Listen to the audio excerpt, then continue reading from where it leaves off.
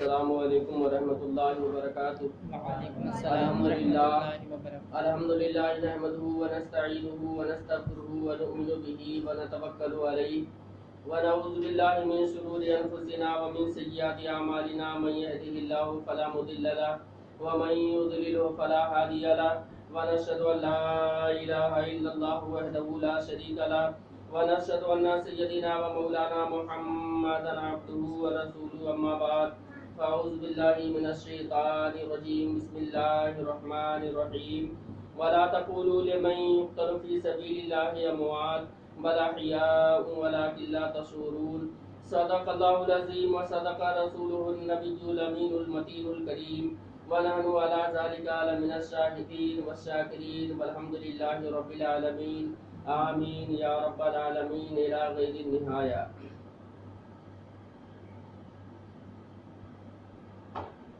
برادران ملت اسلامیہ،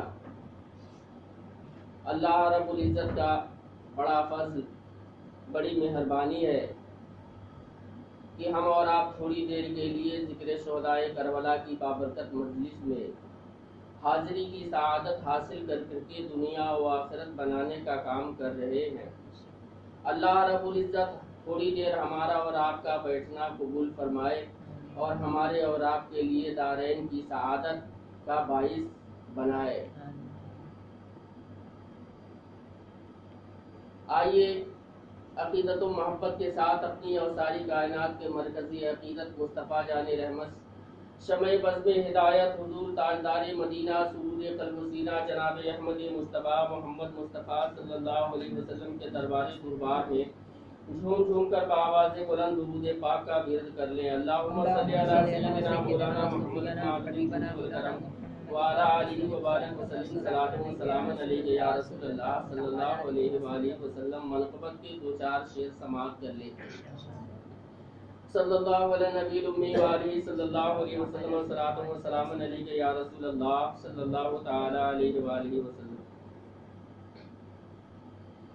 کیسا ہے کربلا کا یہ میدان یا نبی، کیسا ہے کربلا کا یہ میدان یا نبی، کیسا ہے کربلا کا یہ میدان یا نبی، کیسا ہے کربلا کا یہ میدان یا نبی، کیسا ہے کربلا کا یہ میدان یا نبی، مرجھا گیا زہرا کا گلستان یا نبی، مرجھا گیا زہرا کا گلستان یا نبی، کیسا ہے کربلا کا یہ میدان یا نبی، مرجھا گیا زہرا کا گلستان یا نبی، مرجھا گیا زہرا کا گلستان یا نبی، سلطان یا نبی میرے ذیشان یا نبی، سلطان یا نبی میرے ذیشان یا نبی، مرجھا گیا زہرا کا گلستان یا نبی، مرجھا گیا زہرا کا گلستان یا نبی، ہم کیا بتائیں کیسے کہیں حال کربلا، ہم کیا بتائیں کیسے کہیں حال کربلا، ہم کیا سنائیں کیسے کہیں حال کربلا، ہم کیا سنائیں کیسے کہیں حال کربلا، ہر سمت ہے ایک ظلم کا طوفان یا نبی، ہر سمت ہے ایک ظلم کا طوفان یا نبی، ہر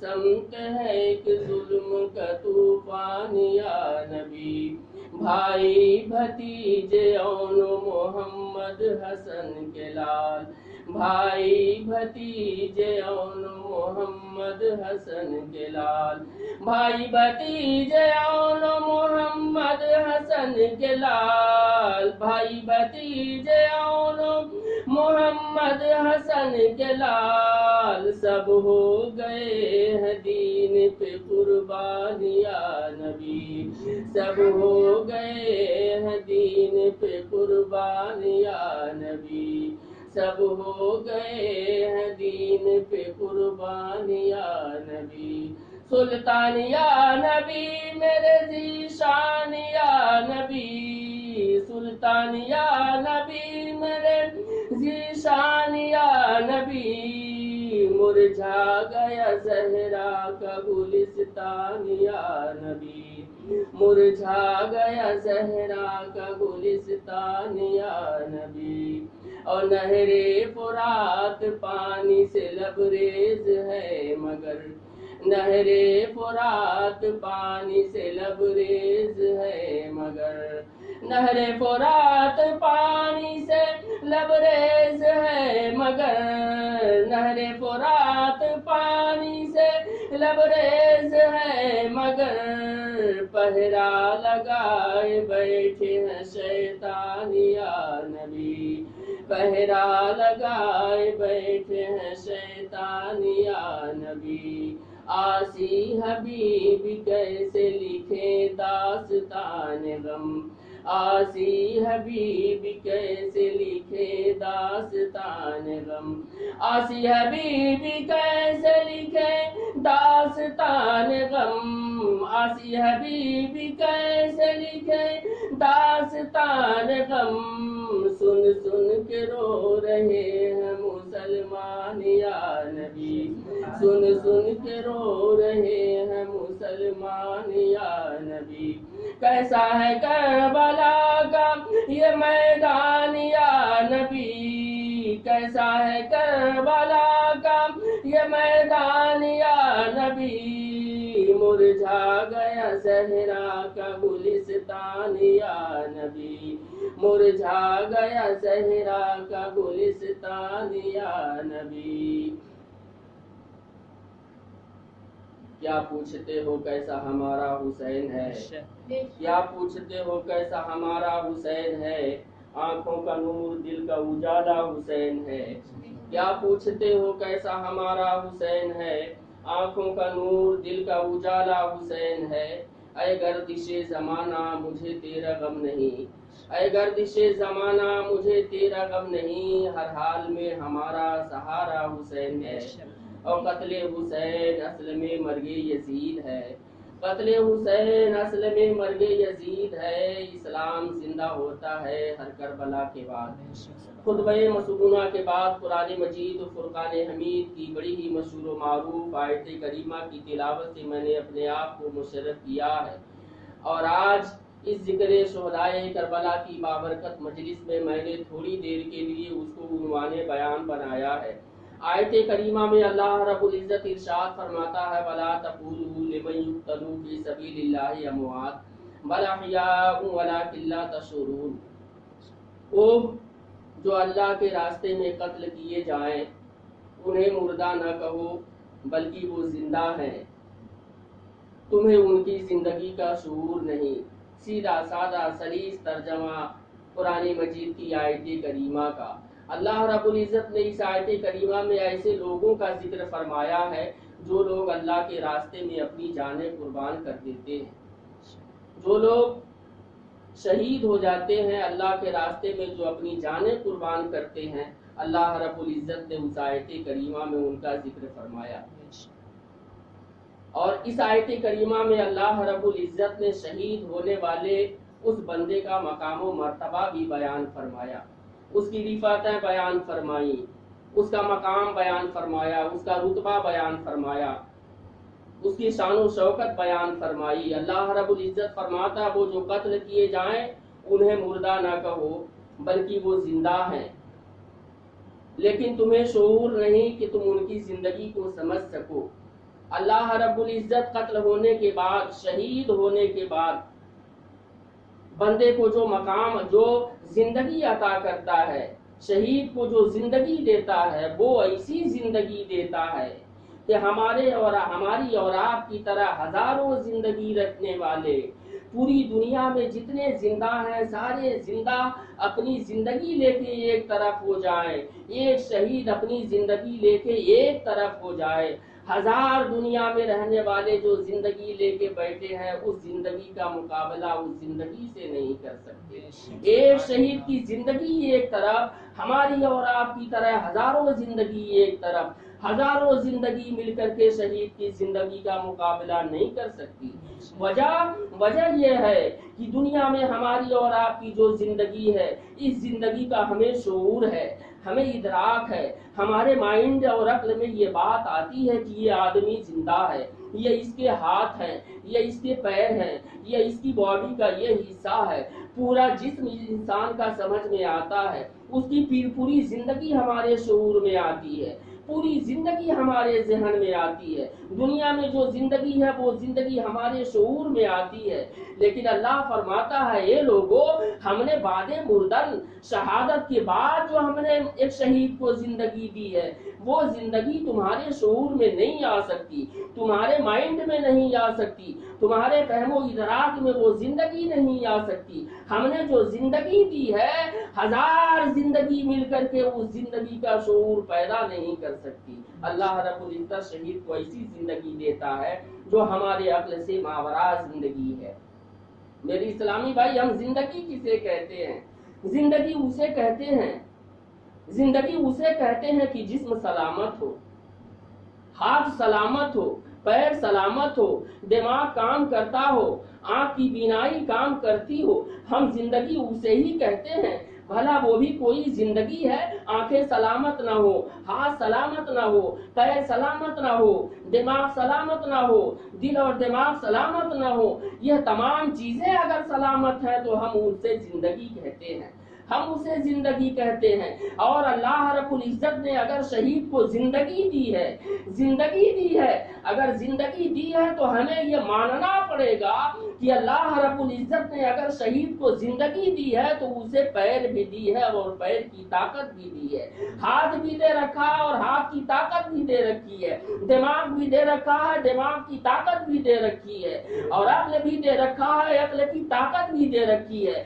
اگر زندگی ہے تو زندگی کے سارے افعال اس کے اندر پائے جاتے، زندگی کی ساری چیزیں اس کے اندر پائی جاتی، ہاتھ پایا جاتا، پیر پایا جاتا، جسم کے سارے اعضاء پائے جاتے۔ لیکن یہ تو ہمارے عقل کی ایک بات ہے، شہید کو جو زندگی دی جاتی ہے وہ شعور میں نہیں آ سکتی، لیکن زندگی تو ہوتی ہی ایسی ہے کہ پوری زندگی ایک جو ہوتی ہے، ہاتھ پیر سارے سلامت ہوتے ہیں۔ ہمارا وجدان یہ کہتا ہے کہ شہدائے کربلا، شہدائے کرام کی زندگی بھی ایسے ہی ہے کہ ان کا پورا جسم سلامت ہے، اور اگر ہاتھ سلامت ہے تو طاقت بھی سلامت ہے، پیر سلامت ہے تو طاقت بھی سلامت ہے، آنکھ سلامت ہے تو دیکھنے کی طاقت بھی سلامت ہے۔ میرے اسلامی بھائی، چلتے چلتے یہ بات بتا دیں، اگر ہماری زندگی کا مقابلہ شہیدوں کی زندگی سے نہیں ہو سکتا تو ہماری طاقت کا مقابلہ شہید کی طاقت سے نہیں ہو سکتا۔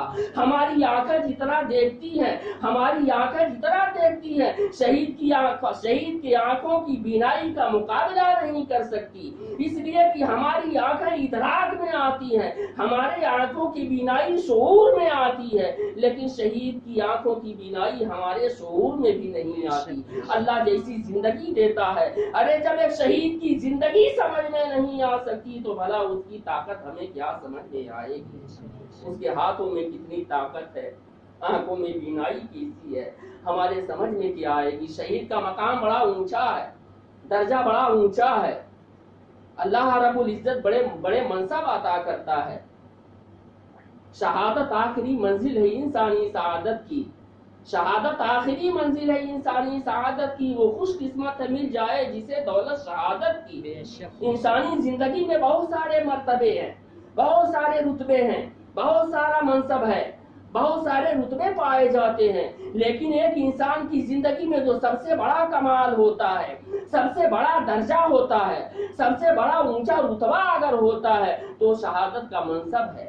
وہ شہادت کا رتبہ ہے، وہ شہادت کا کمال ہے۔ پیارے آقا صلی اللہ علیہ وسلم فرماتے لا یفضلہ النبیون الا بدرجۃ النبوہ، نبوت و رسالت کے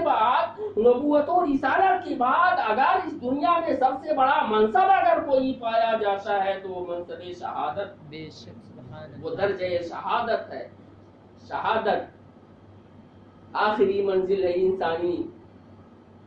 انسانی زندگی کی آخری سعادت ہے، انسان کی زندگی کی سب سے بڑی سعادت ہے، سب سے بڑا منصب ہے۔ پیارے آقا رحمت عالمیہ صلی اللہ علیہ وسلم فرماتے شہادت کے تعلق سے یہ درجہ بعد نبوت و رسالت سب سے بلند درجہ ہے، سب سے بڑا درجہ ہے، سب سے اونچا درجہ ہے۔ میرے اسلامی بھائی، اگر سب سے اونچا درجہ ہے تو ہما و شما ان شہیدوں کا مقابلہ نہیں کر سکتے۔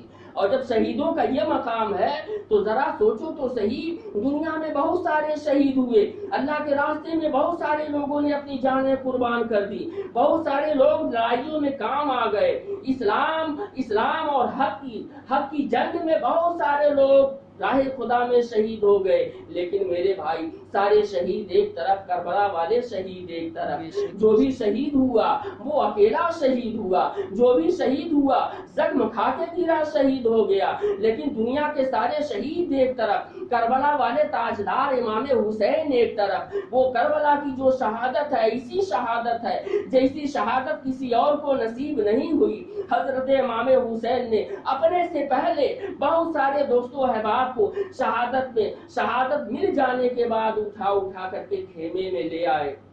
اپنے بچوں کی شہادت اپنے سے پہلے دیکھی، بھانجوں کی شہادت اپنے سے پہلے دیکھی، بھوکے پیاسے بچوں کو دیکھا، ظلم و ستم کی جتنی بھی قسمیں ہو سکتی تھی ساری قسمیں سمٹ کے کربلا میں آ گئی تھی۔ شہادت امام حسین سے پہلے امام حسین نے دنیا کی ہر تکلیف کو برداشت کیا، دنیا کی ہر اذیت اور ہر پریشانی کو برداشت کیا۔ اس لیے دنیا میں جتنے شہید پائے جاتے ہیں سارے شہید ایک طرف، کربلا کے شہید امام حسین ایک طرف۔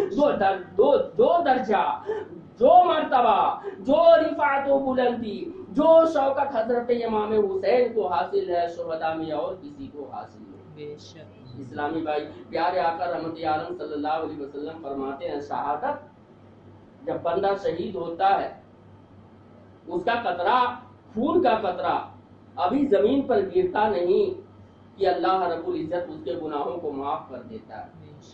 میرے آقا فرماتے شہید جب قتل ہوتا ہے، آدمی جب راہ خدا میں قتل ہوتا ہے تو اسے تکلیف نہیں ہوتی، زخموں کا احساس نہیں ہوتا، کٹنے کا احساس نہیں ہوتا، گردن کٹ جاتی ہے اسے تکلیف نہیں ہوتی، جسم پہ ہزاروں زخم لگتے ہیں اسے تکلیف کا احساس نہیں ہوتا۔ میرے آقا رحمت عالم صلی اللہ علیہ وسلم فرماتے شہید کو اتنی تکلیف ہوتی ہے جیسے کوئی چیونٹی کاٹ لے، اور جتنی تکلیف ہو شہید کو شہادت کے وقت بس اتنی سی تکلیف ہوتی ہے، یا چٹکی بھرنے میں جتنی تکلیف ہوتی ہے شہید کو گردن کٹاتے وقت صرف اتنی تکلیف ہوتی ہے۔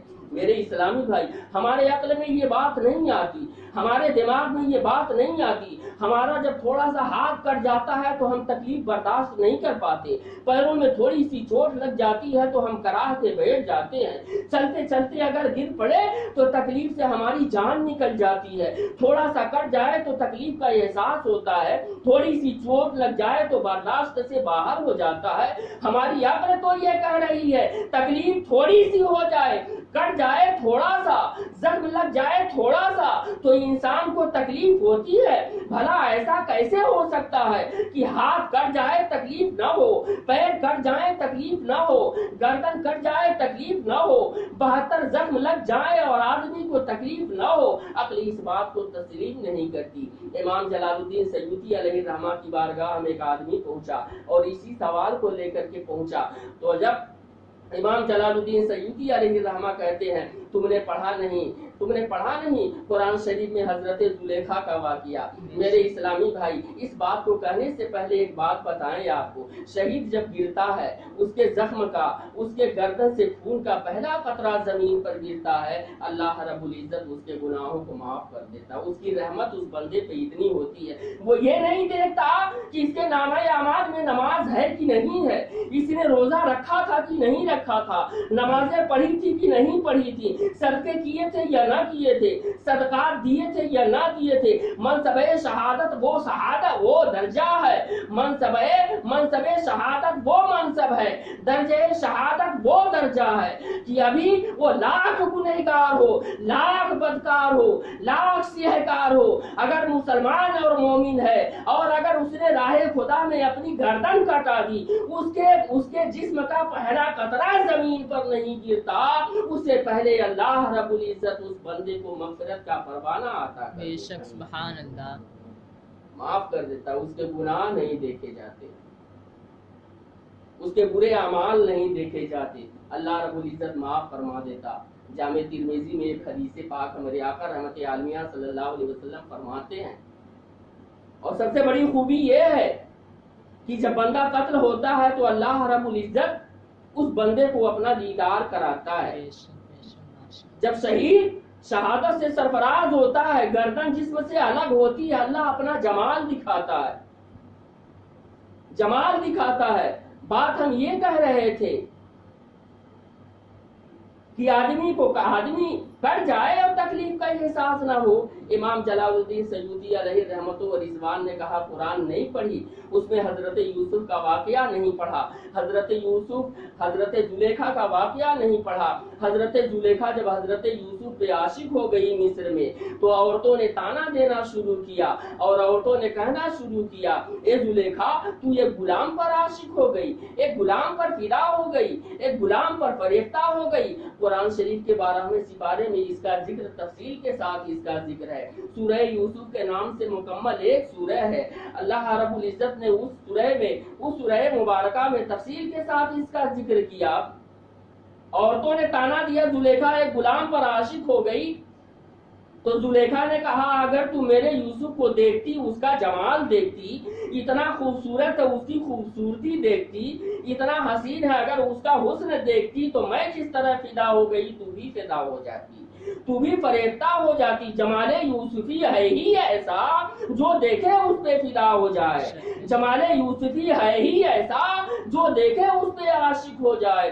حضرت زلیخا نے ان عورتوں کے تانے کا جواب دینے کے لیے ایک دن گھر پہ بلایا، پردے کے آڑ میں حضرت یوسف کو رکھا، ایک لیمو اور ایک چھری عورتوں کو دی اور عورتوں سے کہا دیکھو اس پردے کے پیچھے میرا یوسف ہے جس پہ زلیخا فدا ہے، اس پردے کے پیچھے میرا یوسف ہے جس پہ زلیخا فریفتہ ہے، تم نے تانا دیا اسی پردے کے پیچھے میرا یوسف ہے، حسن و جمال کا پیکر، حسن و جمال کا پیکر، خوبصورتی کا پیکر، خوبصورتی کا پیکر میرا یوسف اسی پردے کے پیچھے ہے، یہ لیمو لو اور یہ چھری لو، پردہ ہٹے گا جمال یوسفی دکھے گا، اسی وقت اپنا لیمو کاٹ دینا۔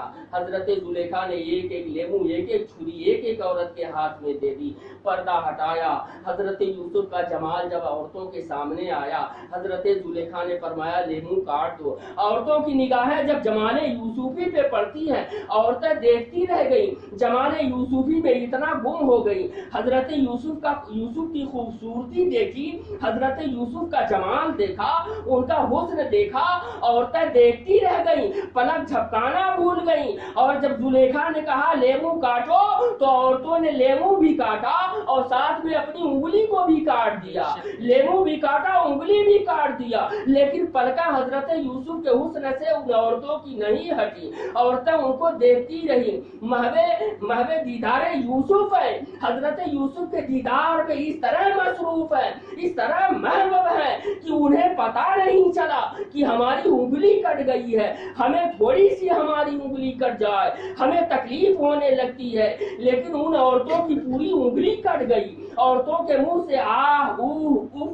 تف کی کوئی لفظ نہ نکلے، کسی طرح کی کراہ نہ نکلی، کسی طرح کی چیخ نہ نکلی، بلکہ عورتیں دیکھ رہی ہیں انگلی کٹ گئی، خون زمین پہ گر رہا، عورتیں حضرت یوسف کو دیکھ رہی، چلانے کے بجائے، چیخنے کے بجائے، آہ اوہ کرنے کے بجائے قرآن شریف کہتا ہے وَقَطَّعْنَا أَيْدِيَهُنَّ، عورتوں نے اپنے انگلی کاٹے، تکلیف کا احساس نہیں ہوا، بلکہ عورتیں دیکھے جا رہی اور عورتیں دیکھتے دیکھتے یہ کہہ رہی ہے قُلْنَا حَاشَ لِلَّهِ مَا هَذَا بَشَرًا، یہ تو کوئی آدمی نہیں، یہ تو فرشتہ لگتا ہے، یہ تو کوئی آدمی نہیں، فرشتہ لگتا ہے۔ انگلی کٹ گئی ہے لیکن تعریف کرتی جا رہی ہے، انگلی کٹ گئی جمال یوسفی کی خوبیاں بیان کر رہی ہے، انگلی کٹ گئی تکلیف کا احساس نہیں ہے، جمال یوسفی کے چرچے کر رہی ہے، حضرت یوسف کے جمال کی تعریف بیان کر رہی ہے۔ قرآن مجید کی زبان سے ہمیں پتا چلا جب حسن یوسف سامنے ہوتا ہے، جب حضرت یوسف جو ایک نبی ہے، جب ان کا جمال سامنے ہو اور مصر کی عورتیں دیکھے، لیمو بھی کاٹے، انگلی بھی کاٹے، انہیں تکلیف کا احساس نہ ہو، اگر جمال یوسفی سامنے ہو، عورتیں اپنا ہاتھ کاٹ دیں، انہیں تکلیف کا احساس نہ ہو، تو کہنے دیا جائے اگر جمال خدا سامنے ہو تو آدمی اپنی گردن کٹا دے، تکلیف کا احساس نہ ہو۔ سبحان اللہ، اگر نبی کا جلوہ سامنے ہو، عورتیں دیکھیں تو تکلیف کا احساس نہ ہو، انگلیاں کاٹ دے، تو جب خالق یوسف سامنے ہو، اس کا جلوہ ہو، اللہ کا دیدار بندہ کر رہا ہو، تو پھر اسے تکلیف کا احساس کہاں ہوگا؟ شہادت بہت بڑا منصب ہے، شہادت بہت بڑی دولت ہے، شہادت بہت بڑی دولت ہے۔ پیارے آقا صلی اللہ علیہ وسلم نے اس کے بڑے مقام اور مرتبے بیان فرمائے ہیں۔ حضرت امام حسین رضی اللہ تعالیٰ عنہ کا مقام مرتبہ شہادت میں بہت اونچا ہے، بہت افضل ہے۔ میرے اسلامی بھائی، یہ محرم الحرام کا مہینہ ہے جس میں ہم اور آپ اپنی سانسیں لے رہے ہیں، ہم زندگی گزار رہے ہیں۔ یہ ایسا مہینہ ہے جس مہینے کی 10 تاریخ کو حضرت امام حسین نے اپنے جانثاروں کے ساتھ کربلا میں اسلام کی آن اور شان بچانے کے لیے اپنے جان کی قربانی دی۔ زمانہ ہو گیا، ایک زمانے کے بعد ہم یہاں موجود ہیں۔ کربلا کی تاریخ جب ہوئی، اس زمانے سے آج ہم بہت دور ہیں۔ آج ہم یاد حسین منانے کے طریقے ہمارے الگ الگ ہیں، ہمارے طریقے الگ الگ ہیں۔ آج ہم نے تمام طرح کی چیزیں منانے کے تمام طریقے ہم نے ایجاد کر رکھے ہیں۔ اللہ اکبر، منانے کا طریقہ الگ الگ ہے۔ یہ امت خرافات میں کھو گئی، حقیقت روایات میں کھو گئی، منانے کا طریقہ الگ الگ ہے، منانے کے طریقے الگ الگ ہیں۔ لیکن میرے بھائی، اگر غم حسین سینے میں ہو تو منانے کا طریقہ وہ ہوگا کہ آنکھوں سے آنسو بند نہیں ہوں گے۔ میرے اسلامی بھائی، غم حسین ایک ایسی دولت ہے جس دل میں پیدا ہو جائے، انسان کی دنیا بھی سمر جائے اور آخرت بھی سمر جائے۔ محرم کے مہینے میں یاد حسین منانے کا طریقہ، اس زمانے میں لوگوں نے ناچ گا کر کے یاد حسین منانے کا کام شروع کیا، ڈھول تاشے بجا بجا کے امام حسین کی یاد منانے کا کام کیا۔ اللہ اللہ، دیکھو تو صحیح، کربلا سے حضرت عابد بیمار جب نکلے، امام حسین کے لڑکے حضرت امام زین العابدین جب کربلا سے آئے، حضرت امام زین العابدین نے کربلا کو اپنی آنکھوں سے دیکھا، چھوٹے چھوٹے بچوں کو جام شہادت نوش کرتے دیکھا، چھوٹے چھوٹے بچوں کو کربلا میں شہید ہوتے دیکھا، بھوک اور پیاس سے تڑپتے ہوئے بچوں کو دیکھا، اور ظلم و ستم، بے شمار ظلم و ستم جو یزیدیوں کی طرف سے ڈھائے گئے، امام زین العابدین نے کربلا میں رہ کے دیکھا، کربلا میں سارا ظلم دیکھا، پوری دنیا کا ظلم سمٹ کے کربلا میں آ گیا تھا۔ حضرت امام زین العابدین نے اپنی آنکھوں سے دیکھا، اور جب باتیں کربلا، واقعات کربلا، حضرت امام زین العابدین کو زنجیروں میں جکڑ کر کے جب آپ کو سب لے کے چلے، بہت زمانے تک حضرت امام زین العابدین دنیا میں زندہ رہے۔ لیکن تاریخ امام زین العابدین پڑھ کے دیکھو، حضرت امام زین العابدین جب کربلا سے آئے، کبھی آسمان کی طرف نگاہ اٹھا کے نہیں دیکھا، کبھی آسمان کی طرف نگاہ اٹھا کے نہیں دیکھا۔ حضرت امام زین العابدین کے پاس جب پانی رکھا جاتا، پانی دیکھتے دیکھتے آپ کی آنکھوں سے پانی گرنے لگتے۔ جب لوگ کھانے کے لیے دسترخوان لگاتے اور جب دسترخوان پہ کھانا دیکھتے تو آنکھوں سے آنسوؤں کے سیلاب بہ نکلتے تھے۔ اگر کوئی کچھ پوچھتا تھا، جواب دینے سے پہلے رونے لگتے تھے۔ حضرت امام زین العابدین کی تعریف بتاتی ہے،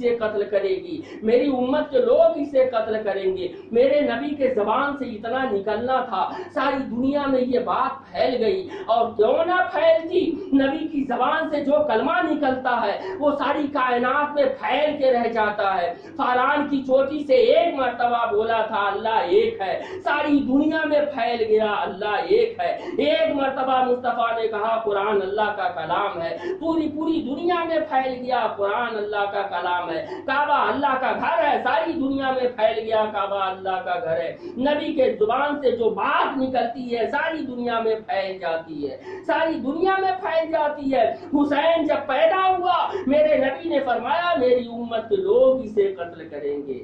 یہ بات ہوا نے اپنے دوست پہ اٹھائی، ساری دنیا میں یہ بات پھیل گئی۔ کون تھا جو اس بات کو نہیں جانتا تھا؟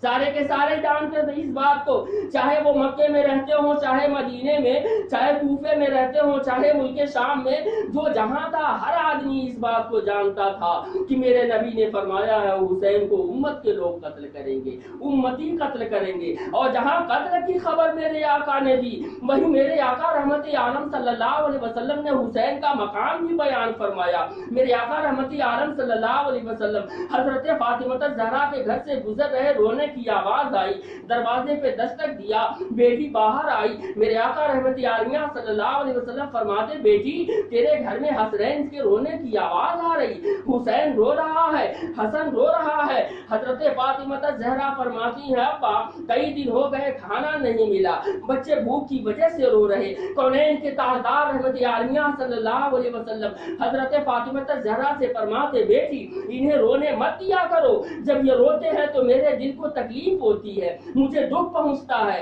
مجھے پریشانی ہوتی ہے، میں ان سے محبت کرتا ہوں۔ اور حسین منی وانا من الحسین، میں حسین سے ہوں، حسین مجھ سے ہے، حسین کا دکھ میرا دکھ ہے، حسین کی پریشانی میری پریشانی ہے، حسین کی تکلیف میری تکلیف ہے۔ کونین کے تاجدار نے بارہا یہ فرمایا حسین کی تکلیف میری تکلیف ہے۔ ایک جگہ میرے آقا نے مجمع صحابہ میں فرمایا الحسن والحسین سید اشباب اہل الجنہ، حسن و حسین جنتی جوانوں کے سردار ہیں۔ جسے جنتی دیکھنا ہو میرا حسین دیکھ لے، جسے جنتی دیکھنا ہو حسین کو دیکھ لے، جسے جنتی دیکھنا ہو حسن کو دیکھ لے، جنتی دیکھنا ہو حسین کو دیکھ لے۔ صرف جنتی ہی نہیں، جنتی جوانوں کا سردار دیکھنا ہو تو حسین کو دیکھ لے۔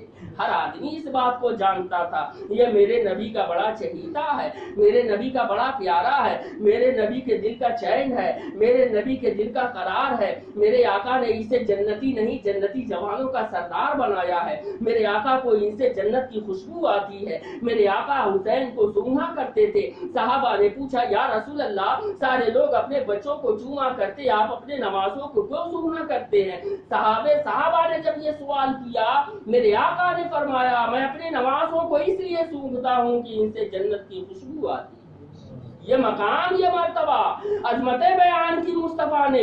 حسین کا مقام بہت بلند ہے، یہ جنتی جوانوں کا سردار ہے، میرے دل کا چین ہے، میرا سکون ہے، میرا اطمینان ہے، میرا قید، میرا چین ہے، میرے آنکھوں کا نور ہے، میرا سب کچھ میرا حسین ہے۔ میرے آقا رحمت عالمیہ صلی اللہ علیہ وسلم نے عظمت حسین کے قصیدے بیان فرمائے، مرتبہ بیان فرمایا۔